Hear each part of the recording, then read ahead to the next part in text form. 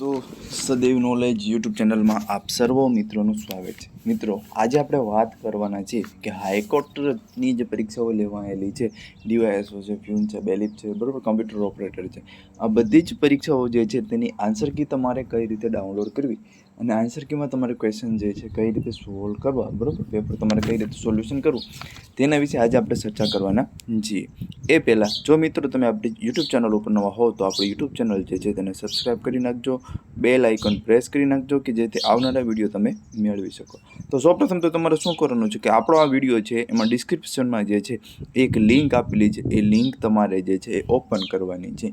Link open કરશો એટલે તમારી પાસે આવું કંઈક ઇન્ટરફેસ જે છે ખુલી જશે। એમાં તમારે શું કરવાનું છે તો પહેલાં તો એપ્લિકેશન નંબર નાખવાનો છે। હવે તો કે એપ્લિકેશન નંબર તમને ક્યાંથી મળશે તો એપ્લિકેશન નંબર જે છે એ તમે જ્યારે ફોર્મ ભરેલું છે ત્યારે ઉપરની લાઈન જે છે એમ એપ્લિકેશન નંબર એવું લખેલું છે એ તમારે કોપી કરીને અહીંયા જે છે એ નાખી દેવાનું છે। ત્યારબાદ તમારે જન્મ તારીખ નાખવાની છે, બરાબર, અહીંયા તો કે દિવસ, પછી મહિનો અને જે વર્ષ હોય તે, અને અહીં તમારે સિક્યુરિટી પિન નાખવાનો છે। તો આ જે નંબર જે છે એ નંબરને તમારે અહીં નાખી દેવાનો છે, બરાબર। ત્યારબાદ તમારે જે છે સબમિટનો વિકલ્પ જે છે એ આપવાનો છે। સબમિટ આપી દેશો એટલે તમારો જે છે એ તો કે આવું કંઈક ખુલશે, બરાબર। અહીં ઉપર તમારી બધી ડિટેલ્સ હશે અને અહીંયા તમે જે છે ડીવાયએસઓની જે તમે પરીક્ષાઓ આપેલી હોય એ બધી પરીક્ષાની માહિતી જે છે અહીં આવી જશે। પછી તો કે તમે તમારી OMR સીટ અહીં જોવી હોય તો જોઈ શકો છો। ત્યારબાદ તમારે આન્સર કીની વાત કરીએ તો તમારી જે છે આન્સર કી તમારે જે છે જોવી હોય તો તમારે અહીં જવાનું છે, બરાબર। Challenge answer key, challenge answer કીમાં તમે જશો એટલે તો કે ત્યાં તમને જે છે તમારી આન્સર કી જોવા મળશે।